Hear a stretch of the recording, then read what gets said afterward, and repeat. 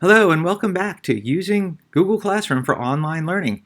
Today we'll see some of the things you can do from the Classroom home screen. If you're not there, you can use the main menu button and you can go to your classes. From here, I can go ahead and rearrange the classes that I'm taking or teaching.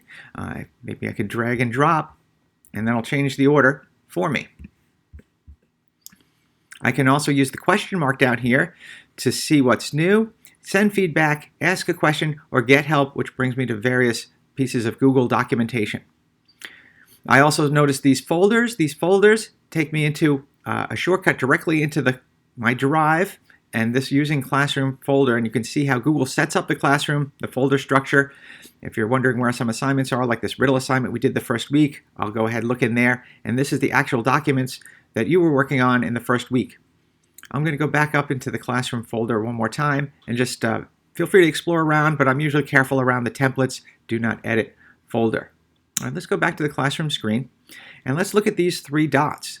They give us some options to go ahead and move, which we saw we could do with drag and dropping. Edit will give me the option to add some information to my class. Maybe I forgot the year or add some other information here.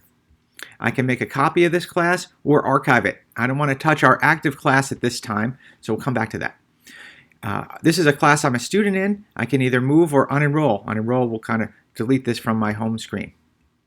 But at the end of the year, I may want to tidy up a little bit so I don't have, over years classes will build up. I do have this archive option. I'm going to go ahead and hit the archive for a second. It gives me a little warning message and it says all files will remain in Drive. So why don't I archive it?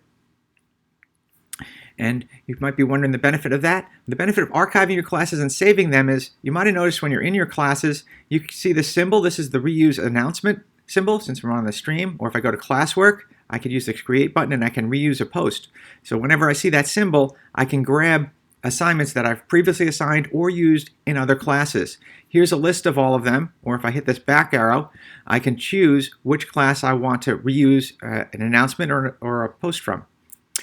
Here you can even see the archive classes are included. So I like to kind of save everything. I never know what I'm going to need from year to year. You might wonder though, hey, what if I made a mistake? I didn't mean to archive that class just yet. I want it to remain active because once it's archived, people can no longer participate in it. Students can't turn in work and the like. So you can always hit that main menu button. I'm sorry, we'll do that. If I hit the main menu button, I scroll down to archived classes.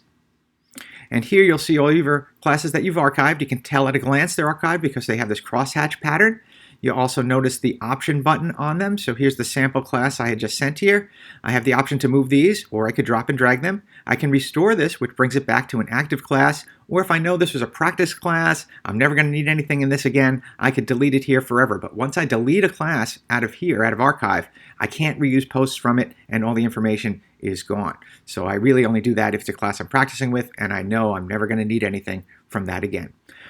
All right, well, that kind of wraps up what we can do from the Classroom home screen. It'll also wrap it up for using Google Classroom for online learning. I hope that you found the class helpful, and maybe we'll see you in another class in the future. Have a good evening.